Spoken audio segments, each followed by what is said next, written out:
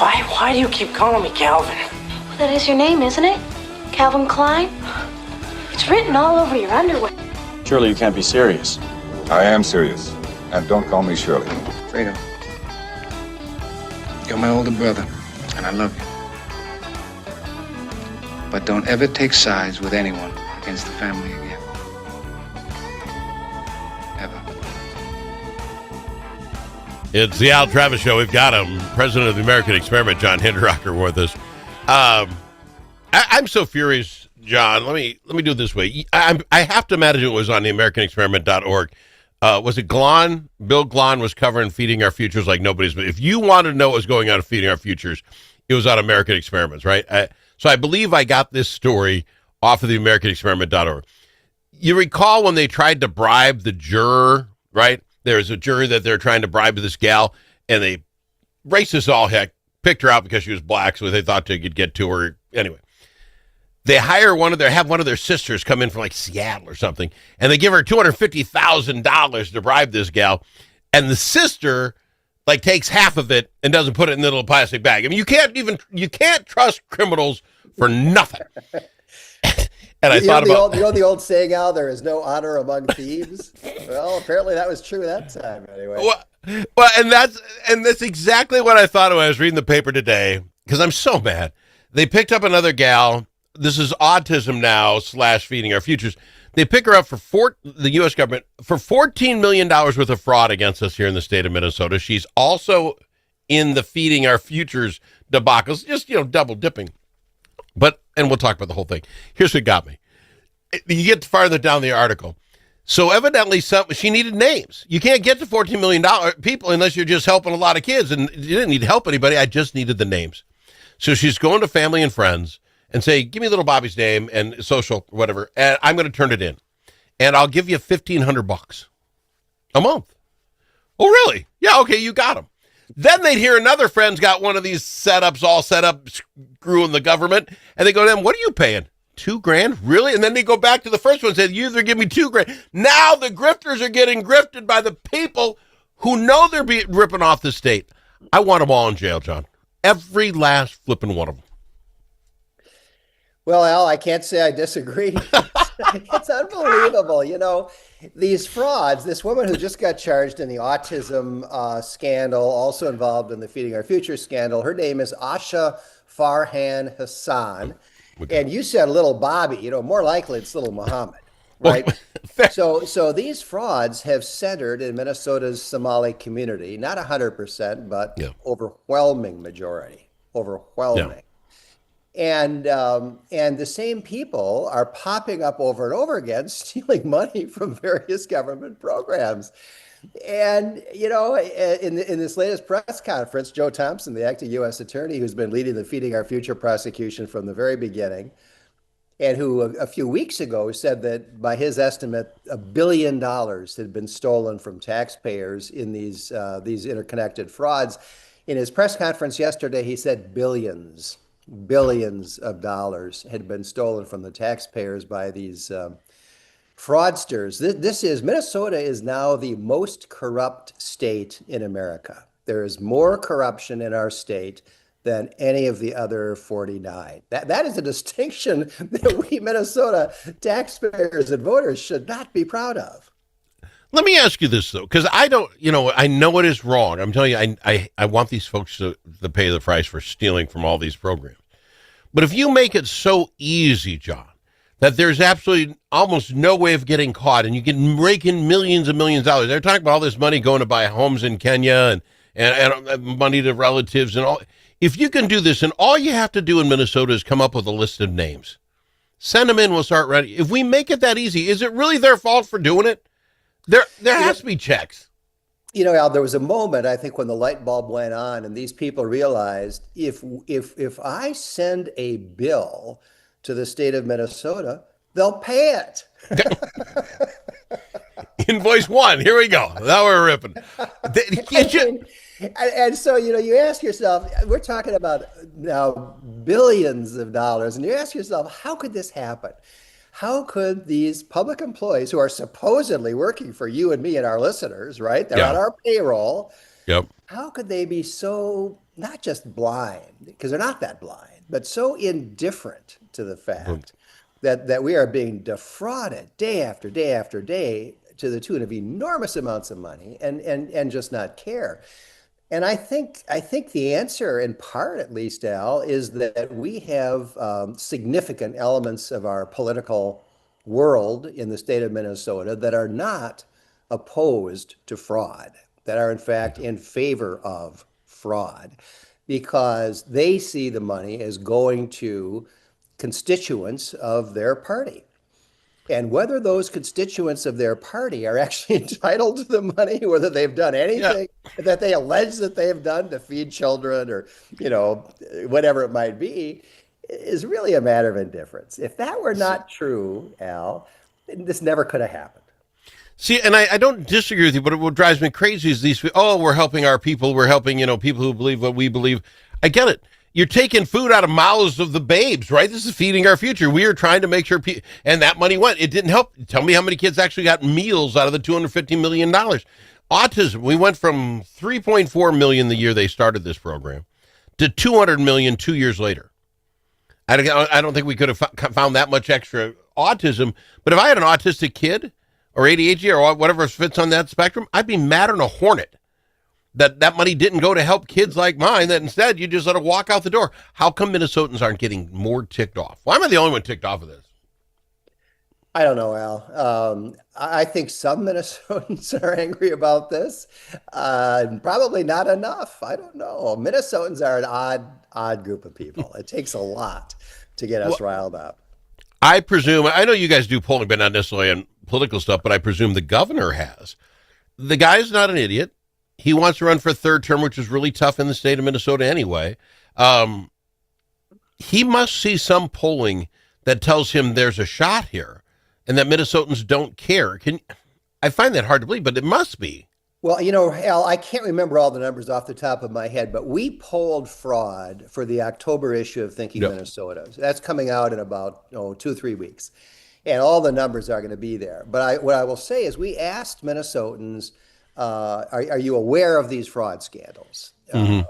And will these fraud scandals be an important issue for you when you vote in 2026? And we asked them, do you think Governor Walz has done enough to combat fraud? And we asked, do you think Attorney General Keith Ellison has done enough to combat fraud? And the numbers that we got are very bad for the incumbents. Everybody knows about the scandals. Most people say they're going to be a major issue when they go to vote. And a majority say Tim Walz didn't do enough about fraud. And that majority is even stronger in the suburbs. And as you know, Al, the suburbs are really the swing district. The countryside is going to go red. The urban areas are going to go blue. And the suburbs are going to decide the election. Well, Tim Walz's ratings on fraud in the suburbs are terrible. And so, we'll see. I guess we'll find out in a year how much Minnesotans care about this criminal activity. How much can it change a perception between now and then? I know this year is a lifetime in politics, but if you look at, like we're talking about fraud, this big deal, you look at crime in Minnesota. I don't have the numbers out of my head, but it feels like we have more crime in Minnesota than we did. And education, the three things that I think are really big in Minnesota, we're failing at all of them. I just find it hard to believe that there isn't a groundswell, a feeling in Minnesota that we're going to have to change something. Yeah, I don't know, Al. I mean, I guess, as always, we'll find out in November, Right, November 2026. I don't know. You can poll people, you can ask them what they think, and as you know, we do that at American Experiment every quarter with our magazine, and you get really interesting results. But it doesn't really matter unless it shows up at the ballot box. Absolutely. All right, we'll go to break. We'll be back with lots more to talk about with John from American Experiment. Think about it. Now that school's out for the summer, how are Minnesota students doing? Not very well. Minnesota ACT scores fell again last year and are the lowest they've been in 10 years. In fact, fewer than half of Minnesota students can either read or do math at grade level. Think about it. We used to brag about our schools. Now we're losing to states like Mississippi. Visit AmericanExperiment.org for more information. Think About It is brought to you by Center of the American Experiment, Minnesota's think tank. If it's your turn to host a game, Grandpa's Barbecue suggests you try something different. Put out the perfect barbecue flavor of Grandpa's Barbecue. Add it to your ribs, dip the meatballs, or drench your wings in the original flavor of Grandpa's Barbecue. It isn't too hot or spicy, fruity or smoky or whatever. Grandpa's Barbecue. Available in select stores and online at grandpasbarbecueshop.com.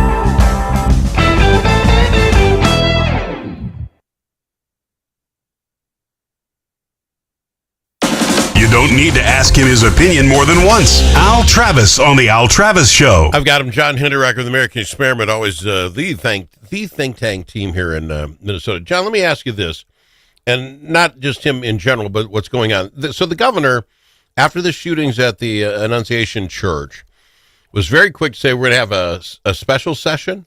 We're going to get in here. We're going to get some gun control done. We're going to do this. And his side was quite excited about it. But then as time went on, you see some folks come out on his side saying, yeah, I don't think we should do this. We're not going to get, enough people to make anything happen. He is now looking to nod. He's leaning, this may not happen because he don't have the numbers. How does that hurt him politically? You're the leader. You tell everybody I'm going to do this. We're making a stand, and he doesn't. Does it hurt him at all? Will the side forgive him? The rest of us, on the other side aren't going to. I don't know, Al. Remember when the Republicans and Democrats in the House and Senate were trying to hammer out a budget? And Tim Walz, instead of providing any kind of leadership, even for his own party, he was touring around the country with people like Alexandria Ocasio-Cortez and Beto O'Rourke, giving fiery left-wing speeches to Democratic Party audiences. I don't know whether a vacuum of leadership hurts or not. People who are knowledgeable observers of the legislature were telling me from the very beginning there won't be a special session. Okay. The governor just wants to make noise about a special session, but there are Democrats in the House and the Senate who don't want it because they don't want to have to vote for some massive gun control regimen, which we don't already have in this state. And they're not going to do a special session for that reason. It's a purely political dodge. All right. My next question is completely an opinion piece here because I find it interesting. I've got people on both sides since I've been asking this question. So Senator Nicole Mitchell gets sentenced this week for what happened in Detroit Lakes. Basically, 6 months in jail.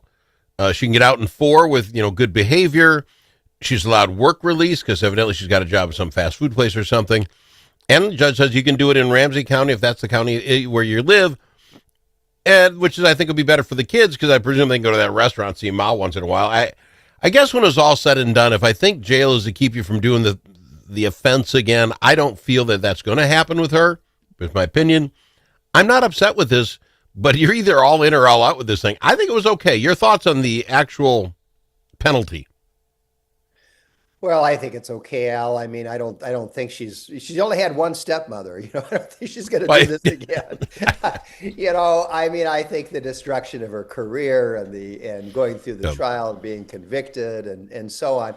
I'll tell you the argument on the other side, though, Al. The argument on the other side is that she gets treated in this kind of considerate way because she's a somebody. She was a state senator. She's not a poor person and so forth, right? And I think some of our friends on the left would say, if she was a 19-year-old black kid who did the same thing, you wouldn't be seeing all this consideration. Oh, let's be nice to you. Let's take your kids into account. Let's do work release, And so I'm okay with the penalty here, but there are people who wouldn't be. Yeah, no, and that's what I'm saying. I throw it up there, and it's amazing. It's all in or all out on this thing. One last thing I want to talk about, you've got going on with the American Experiment. You've got a lot of in-person stuff going on. Again, it isn't the summer, Taylor Swift tour, which you guys do every year.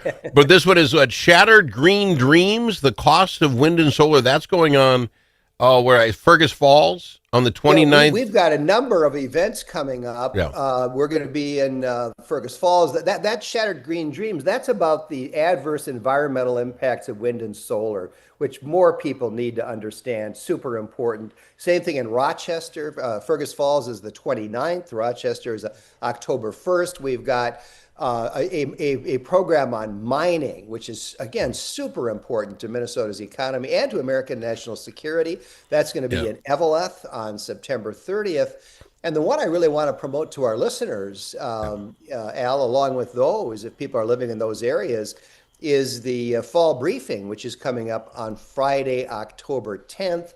And that's going to feature as our keynote speaker, Michael Schellenberger, who lives in California, actually finished third in the open primary for governor in 2022 and has written books including Apocalypse Never, which got him kicked out of the environmentalist movement, and San Francisco, How Liberal Policies or How Progressive Policies Destroy Cities. And I think his message to us Minnesotans is going to be, don't be like California. Yeah. So that's Friday, October 10, and you can go to AmericanExperiment.org, click at the top of the page where it says events, and you can get tickets to any of those events coming up, Fergus Falls, Rochester, Eveleth, or Eagan. And this, again, Michael Schellenberger, people have heard his name. This Sarah Montalbano, who works for you, can you tell me a little about her? Sarah's new. She's a dynamo. She had a piece in the Wall Street Journal just a day or two ago. She's 24 years old. She's from Alaska, and she's a policy fellow for American Experiment. She works on energy and the environment and mining. She recently has been in Washington, D.C., meeting with congressmen, senators, their staffs about the need to mine critical minerals in the United States of America, not rely on communist China for the things that we need to keep our economy going. So I really encourage, if you live in any of those or near any of those communities, these would be great programs to see. I think they would be. Go to AmericanExperiment.org, take a look under the events tab and go there. Folks can join your group pretty easily, right? AmericanExperiment.org. How do are there levels? What do I got to do to be a part of it? Well, if you want to subscribe to our magazine, you got to be what we call a sustaining member. That costs $35 a year or more, of course. Mm-hmm. And you can, if you just want to get on our email list, which has got hundreds of thousands of people on it here in Minnesota, currently about 205,000 people. If you go to AmericanExperiment.org, you can just subscribe to our free twice a week, sometimes 3 times a week emails. And that's the best way of really keeping up with all the stuff that's going on at American Experiment, as well as participating in the various campaigns that we do during the year. John, I appreciate you, my friend. I appreciate you coming on the program. Always great to be with you, Al. We'll be back with more right after this. Think about it.